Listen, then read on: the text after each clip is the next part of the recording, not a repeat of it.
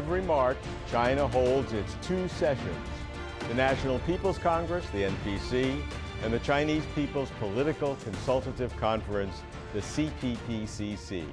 What are these bodies and how do they relate to the Communist Party of China, the CPC? Everyone knows that the CPC is the ruling party of China, but few know how the CPC actually works with the NPC and the CPPCC. China is the world's second largest economy and involved with every matter of global importance. We'd better understand China's political system to get closer to China.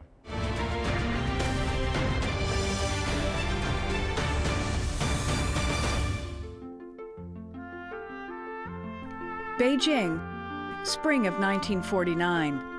Several cars enter the compound of Zhongnanhai, the headquarters of China's central government. Chinese Premier Zhou Enlai welcomes the guests and leads them to his office.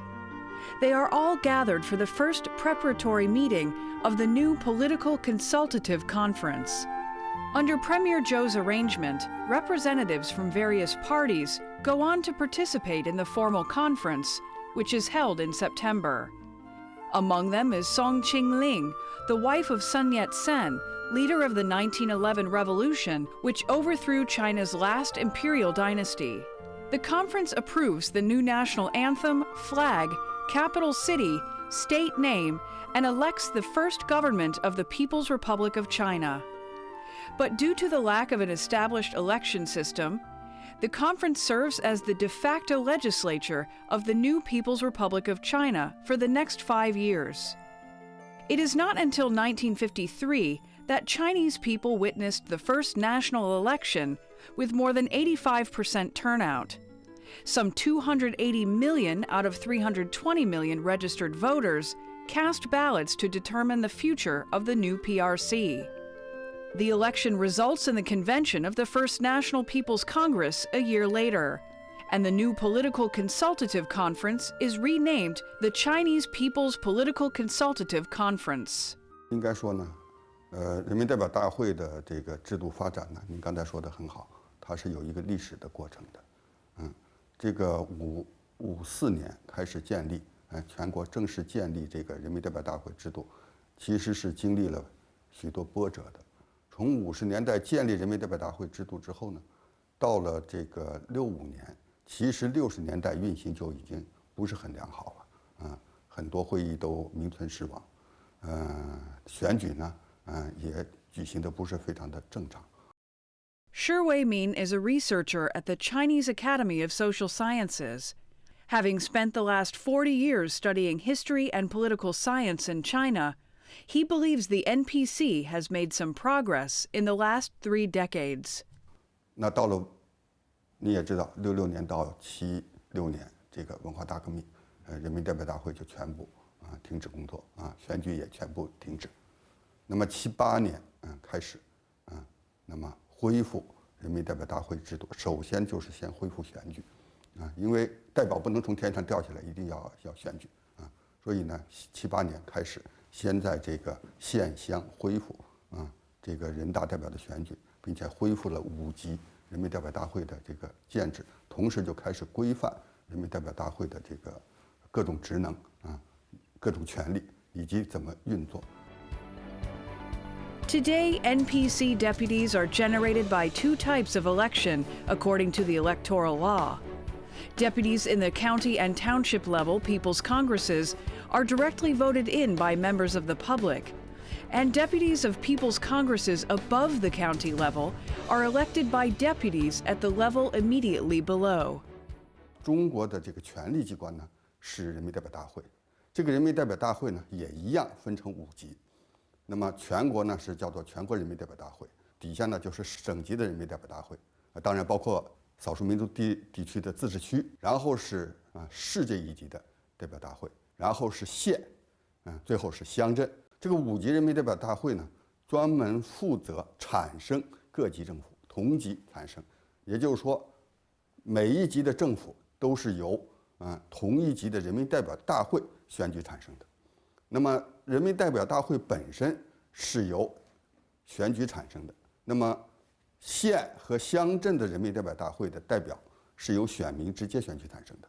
人民代表大会的制度呢，它作为一个权力机关呢，它除了说选举权，它还有一个更重要的权利是决定权，就是重大的国家重大的事项要由人民代表大会讨论和决定。另外呢，它还有监督权，它来监督他选出来的这个官员，由他来负责监督。同时，他除了选行政官员以外，这个检察院的和法院的这个院长也是由他选举产生的，也归他来监督啊。那么这些权利呢，那么保障了整个这个国家的运行呢，是在一个以选举为基础的啊，那么以这个各级人大代表发挥功能的这样的一种结构中间啊，达成了一种中国的一种管理的一种体制。And it's meant really to contrast with this kind of Western idea that there's only one way of selecting leaders, that is by means of one person, one vote, competitive elections. And as a result, many people from the West, when they look at China, they think, oh, there's been no political reform because the leaders are not selected by means of one person, one vote. But if you set aside what I think is a kind of dogmatic assumption, then it turns out that there's a lot of political reform because there are many different ways of selecting leaders over the past, at different levels of government, over the past 3 decades. As the highest organ of state power, the NPC collectively possesses executive, legislative, and judicial powers. Its power includes amending the Constitution, enacting and amending basic laws, electing the President and Vice President of China, voting to decide the Premier of the State Council, and electing the Procurator General and President of the People's Supreme Court. Budgets and legislative bills are handed over to the NPC for final approval. But up until the 1990s, the NPC seldom exercised its veto power to turn down government budgets. 当然，有一段时间大家说，人民代表大会制度是一个橡皮图章啊，是只是一种形式上的一种议事或者决定。但是到90年代到现在它进入了另外的新的一种发展的趋势，是人民代表大会在这个无论是在立法还是在监督，主要是这2个方面有了非常大的发展。现在尤其是目前全国正在进行的预算改革，就是要卡住官员的钱袋子这个事情，现在已经是人大的一个重要职责了。就是钱不能随便你想怎么花就怎么花，因为这个预算本身是吧，是关系到整个国家民生的，是吧？那卡住了预算，就卡住了官员的脖子。而现在的预算改革就是所有的预算，第一要公开，第二呢要有计数，第三呢要问责，要问责。如果你的预算出问题了，不用讲了，直接下台。政府提供的预算，尤其是基本建设的重大的项目，被人民代表大会否决也是有的。整个现在选举改革呢，尤其对人民代表大会的这个决定权的这个行使的改革呢，也在朝这个方向发展。这是在中国现在已经出现了很多的案例。Having spent 12 years working as a provincial Congress deputy, Yu Xuehua has witnessed budget reform in China firsthand. 最初公开的状态是什么样的？就是2个总表了。就2个总表。对呀，也没有。那大概是哪年？那倒应该是10多年前吧。In 2014, deputies like Yu Xuehua received a 600-page budget proposal from the Guangdong provincial government. 就查教育厅的部门预算，整个教育厅呢，它有多少人这个退休的有多少人，然后呢，它整个预算的情况怎么样？比去年增加还是支出还是减少了？这是增加了多少？那么它这个部门里面呢，它这个增长呢，这个支出增长7.1%，那么我们就可以在收入增长11.58%。那你说这样的改革呢，当然就是在强化了人大的权力而把官员整个的运行呢放到了人大的这个底下。当然，在选举方面也有很大的进步就是选举，尤其在选举官员上过去的竞争性是不太强的现在呢也有一定的竞争性了，而且那个太差的官员是选不上的，尤其是地方那是选不上的，你要想选上，你要说服这些代表给你投票，是吧？你要过选举这一关，谁都明白这个票不在你手里，在这个代表的手里所以你做得好还是做得坏，代表呢也起着代表民意选择领导者的这种功能。应该说，不是说不存在问题，形式化的问题有没有？当然还存在。但是呢，我们从积极面上来看呢，人民代表大会制度呢，确确实实在朝更加有实际操作意义，是吧？和对中国政治本身产生更大作用，向这个方向发展。代表的选举本身的竞争是从80年代就开始了，那个竞争是非常，应该说是。到现在为止，是相对越来越激烈化而且呢，也无需讳言有选举有竞争就可能有贿选尤其在一些经济发达地区呢，就已经开始出现一些贿选的苗头那么相当多的企业家社会名流就是因为靠他的形象或者靠他的政策主张是吧？他当选的机会不大，他就一方面去贿赂一些官员一方面就去贿赂选民。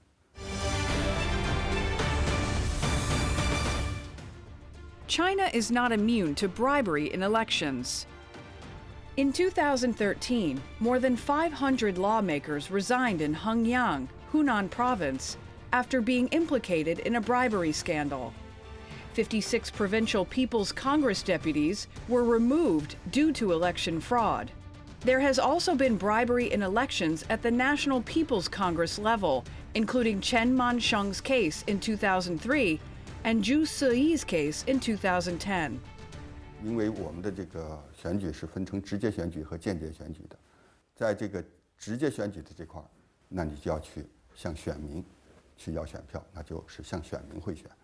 要是往上选的这种代表呢，那你就要去贿选，去贿赂代表贿赂那些选举人这不是这种情况，应该是有这种情况。反过来看不是正面看，说明选举的竞争越来越激烈，否则他都没必要去进行这样的贿选。I think there's 3 key obstacles to political meritocracy that China needs to overcome in order for it to be sustainable. And the first is, if the leaders are not subject to the people's vote, then how do you check their power? I think there are many ways of checking power besides democratic elections, but that part has to be developed. The 2 is how to ensure that the system doesn't ossify, how to ensure that there's different avenues and giving different ways of people to enter the political elite. And the 3rd issue is how to make the system legitimate to people without there being consent as a fundamental basis of the system. I think there are ways to answer those issues, but those issues need to be answered for the system to be sustainable.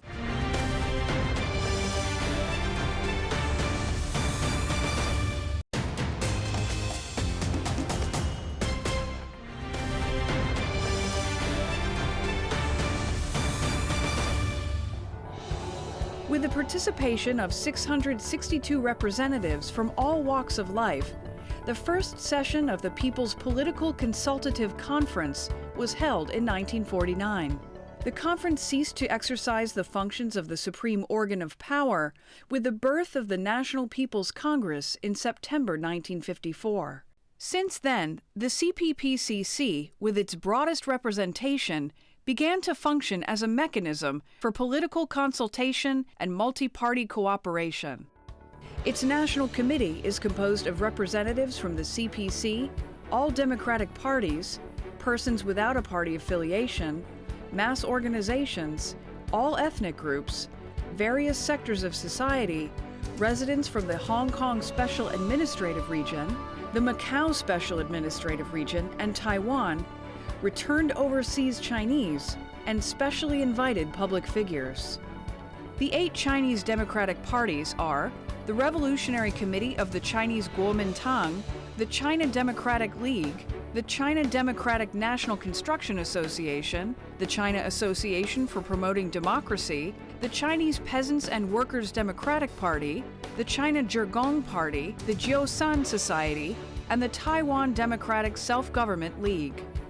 Its political consultation covers major principles and policies proposed by the central and local governments. It also extends to matters of importance concerning political, economic, cultural, and social affairs. The CPPCC conducts consultations before policy decisions are made, while the NPC votes on policy decisions after the consultations are completed. 大家不太了解的就是政协啊。政协呢是一种咨询和议事的一种机构，它是把中国的各个民主党派啊、各种人士啊、各种社会名流，把它集合起来啊，那么来共同，主要是和这个人民代表大会配合来讨论、协商啊一些跟人民有密切关系的这个事项，然后呢向决策部门啊，尤其向共产党或者向行政机关提出他的各种的建议，同时也监督。代表民间的力量来监督啊行政机构和党的这个运营。那么政协呢就不是5级了，政协是4级啊。乡镇这一级呢没有政协啊，有个别的省还保留了乡镇的政协的一些组织或者特派人员。主要的政协是除了全国政协以外啊，省、市、县这个三级呢啊都有这个政协的存在啊。那么，政协委员和人大代表的最大的区别，政协委员不是选举产生的，啊，是用各个方方面面的推选的办法来产生的，是吧？所以呢，它的从权力结构上来说呢，它定位为一种咨询、协商啊这样的一种功能啊，这样功能的存在呢，实际上是使得整个社会呢可以有更多的声音啊传送到这个决策的中枢。传送到行政管理的这个中枢来，而不是光只靠这个人民代表大会本身。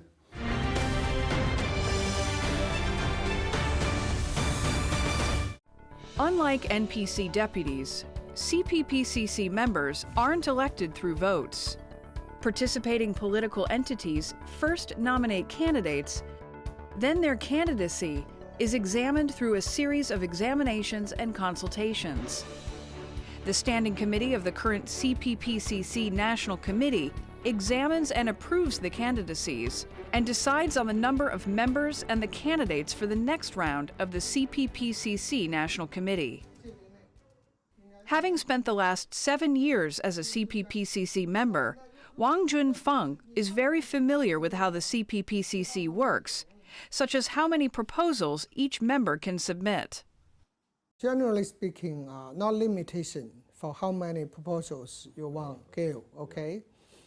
So my proposals the last few years, is focused on reform in the legal field. Like I call for give more rights and pay more attention for the function of legal professions. That the lawyer play a more important role. So how do you form a proposal? Is it written? How many pages? And who do you send it to? They encourage the proposal should be simple, 1 or 2 pages. So you give it to the CPPCC and then they transfer. And then they transfer. Yes. So it's an organized system. Yes. Okay. They write the record and to the different. Okay. I can check. Also, being a member of CPPCC, every year we will doing some investigation ourselves or together with a team to try find the real problems and give ideas how to solve these problems things. We also have a right to supervise the different level government officials. CPPCC have different working committee. Mm-hmm. They in charge relevant things. Right. So my proposal will go with the different committee working group to them. And then they will transfer my proposal or they may call for a seminar or a discussion. They will also send to CPPCC relevant committee to ask a member like me as an expert in law. We will review the drafting and give our comments and suggestions during the drafting process. Yeah. So how often does that occur where the... A lot. And so do you do this every year? Every year. You've been there 7 years. So how many proposals would you give each year? Oh, I would say 1 year, like 5, 6, 7 years is nearly 40. And how are they doing? Any of them been successful? It's okay. It's okay. Takes time. It's okay. So do you see over time that the CPPCC in this process is having a greater effect? Today, look in the future, and the whole reform, I think, being a very powerful, important, balance power with the other, vehicles of the political system in the country. CPPCC will also reform itself. His functions will getting more, probably will get more power.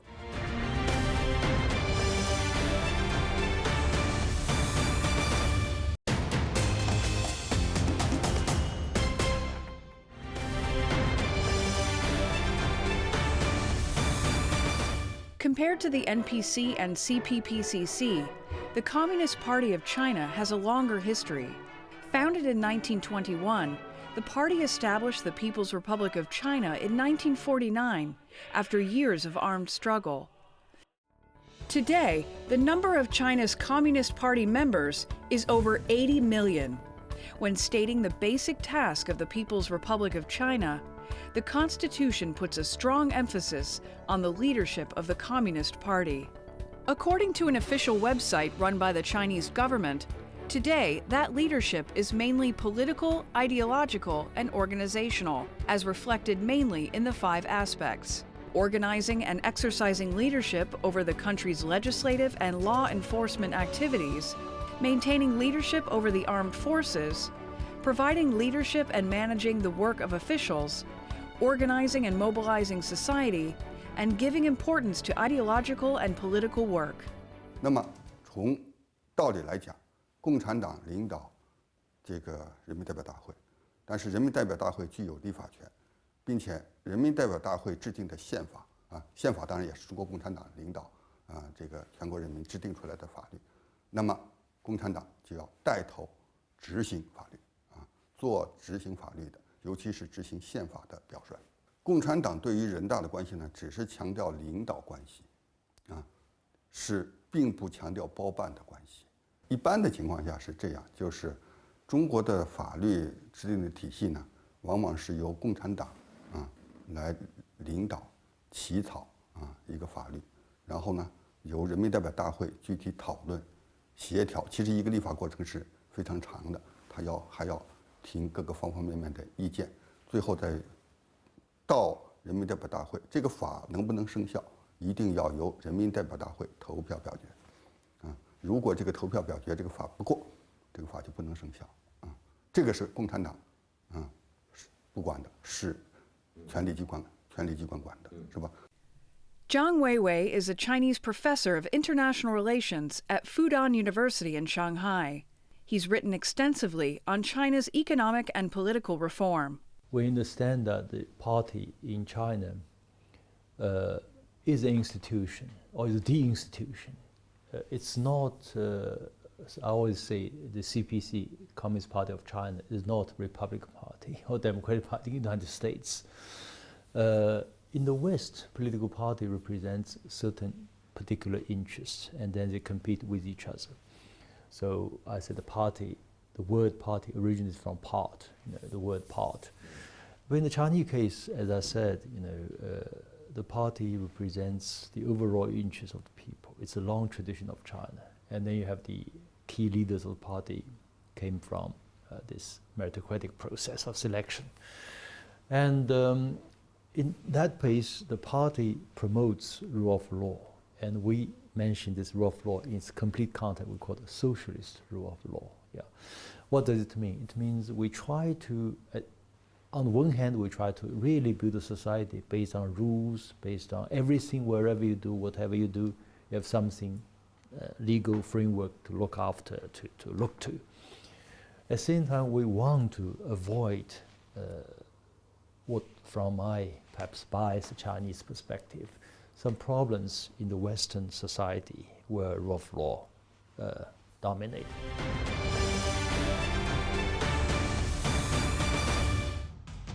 The Central Commission for Discipline Inspection is an agency that's been under the spotlight recently. In the last 2 years, the Commission has become the main weapon in fighting corruption and facilitating checks and balances. In 2014, the Commission's investigations led to the removal of several provincial, ministerial, and even higher-level officials. But maintaining high pressure against corruption is the new challenge for deepening reform in China's politics.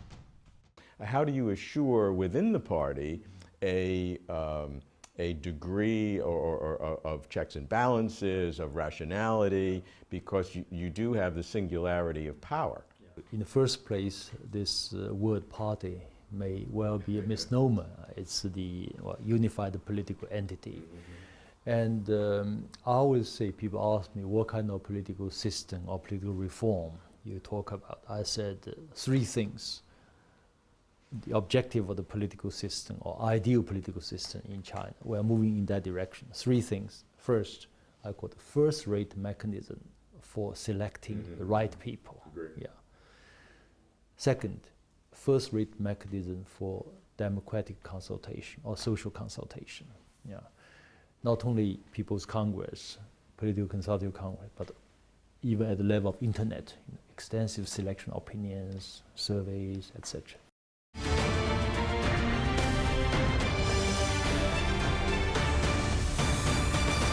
Many foreigners assume that the party and the government are identical. This is false. One way to view China's political system is to start with the National People's Congress, the NPC, China's legislature, whose members are selected by a kind of electoral process starting at local levels, which can enable a system of public supervision. The NPC is the highest legislative authority. So how then does the party, the CPC, rule? The short answer is that the party exercises its power by presenting its policies. The NPC then holds discussions on these policies and makes them into laws. At the same time, the CPPCC can offer their proposals and suggestions.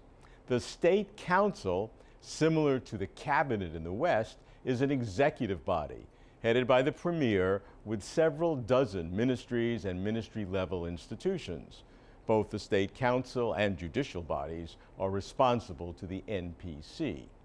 All senior officials are elected by the NPC, but of course all have been recommended by the CPC, which is another mechanism by which the party exercises its leadership.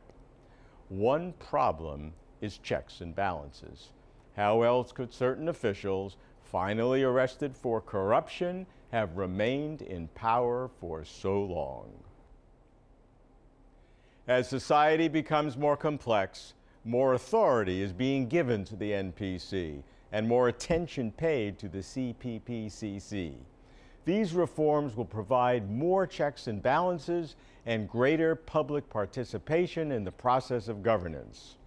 Understanding China's political system and how it's reforming gets us closer to China.